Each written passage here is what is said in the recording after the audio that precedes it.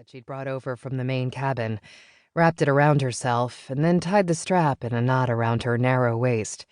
She could hardly wait for the contractor to arrive and install the new Franklin stove. Winter in northern Wisconsin was not for the faint of heart. Only the locals could withstand the biting wind chills, yet willingly partake in the outdoor festivities.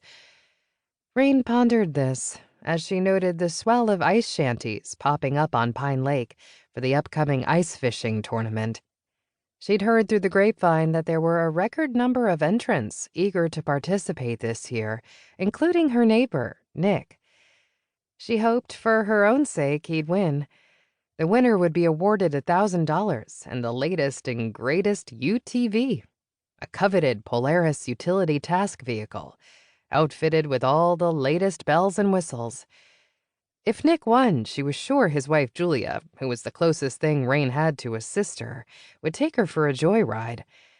Ever since they were kids, Julia had always been game for just about anything.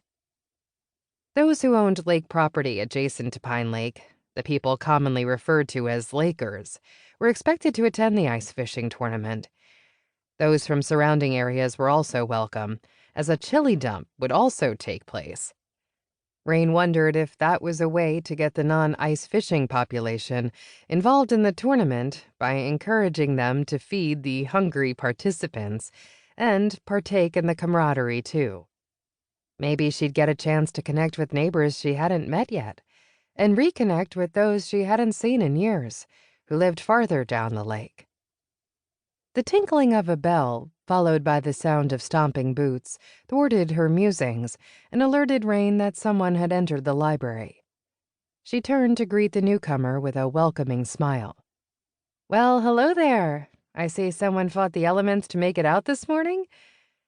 Rain retreated from the window, tucked her long raven hair behind one ear, and then rushed to hold the door as the man filled the door frame while he continuously attempted to remove snow from his boots.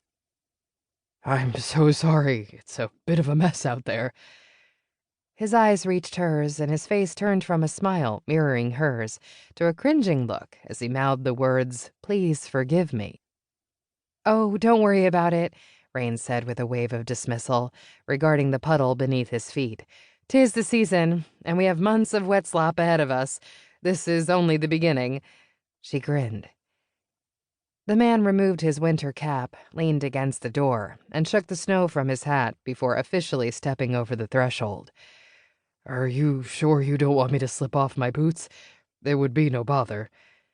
He looked down, showing the balding of his head, before his eyes returned to hers as he waited for permission to enter.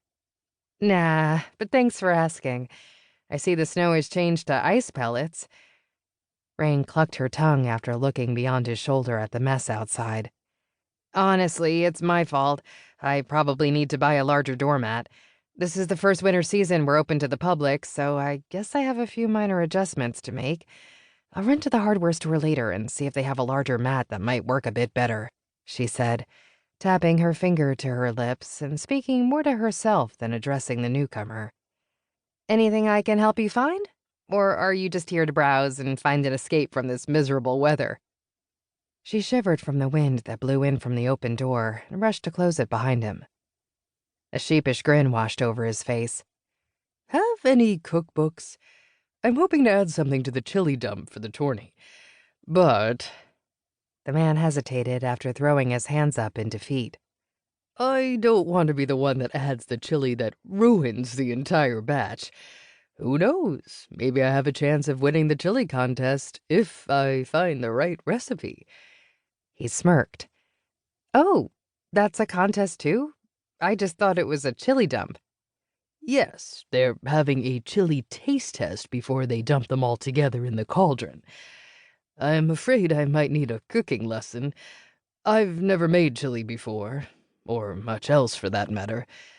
My wife used to do the cooking in our house, but—" He let the comment linger, and based on the sad look in his eyes, Rain didn't dig for more. She knew that look. She'd felt it once too. The loss of a spouse, either from death or a roving eye. Her own loss had been due to both. Her heart silently ached.